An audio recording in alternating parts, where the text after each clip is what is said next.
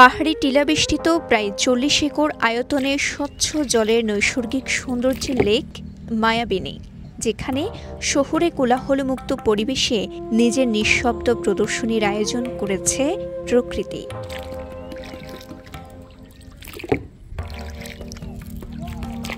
সুশোভিত এই লেকের অবস্থান খাগড়াছড়ির পানছড়ি উপজেলার উল্টাছড়ি ইউনিয়নে। এই ইউনিয়নের কংচাইরিপাড়ায় মায়াবিনী লেকটি পাখির চোখে যেন ক্যানভাসে আঁকা শিল্পীর রং তুলির আঁচড়। আসলে মায়াবিনী ঝর্ণা লেকটা অনেক সুন্দর, আবহাওয়াটা অনেক সুন্দর। আমি কখনো আসিনি, আজই প্রথম আসছি পরিজন নিয়ে।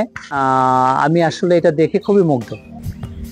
সবুজ অরণ্যে ঘেরা স্বচ্ছ নীল জলরাশিতে যখন তখন চোখে পড়তে পারে নানা রকম মাছের খেলা। পাখির কলকাকলি তো আছেই, আবার লেকের ঠিক মাঝখানে রয়েছে একটি ছোট্ট দ্বীপ। বাঁশের সাঁকো পেরিয়ে চাইলেই ঢু মারা যায় সেই দ্বীপে। চাঁদপুর থেকে আসছি পরিবার নিয়ে, বোর্ড নিয়ে, পরিবারের লোকজন নিয়ে চলাফেরা করছি। খুবই সুন্দর লাগছে, ভালো লাগছে। চতুর্দিকের পরিবেশ অনেক সুন্দর।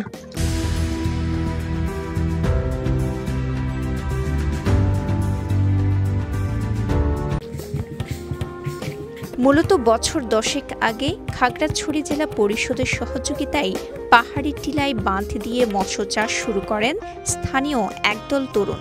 তাদের সেই মৎস্য প্রকল্পটি ঘিরে তৈরি হয় পর্যটনের অপার সম্ভাবনা। ধীরে ধীরে পর্যটকদের পছন্দের গন্তব্যে পরিণত হয় লেকটি। আমরা সবাই মিলে আসছি মায়াবী লেক ঘুরতে। এই জায়গায় শুধু পানি আর নৌকায় আছে। যদি মায়াবী লেকটাকে আরো সুন্দরভাবে সাজানো যায়, ডিসি সাহেবের কাছে দৃষ্টি আকর্ষণ করলাম। খাগড়াছড়ি সদর থেকে সহজেই যাওয়া যায় মাত্র 14 কিলোমিটার দূরের এই লেকে। আর পানছড়ি বাজার থেকে মায়াবিনী লেকের দূরত্ব মাত্র 10 কিলোমিটার।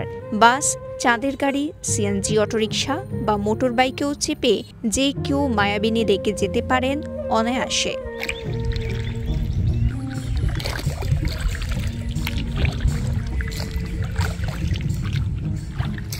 পড়ন্ত বিকেলে প্রিয়জনের সঙ্গে ছোট্ট নৌকায় চেপে লেকের স্বচ্ছ জলে দাঁড় টানার শব্দই হতে পারে যে কারো মন ভালো করার কারণ।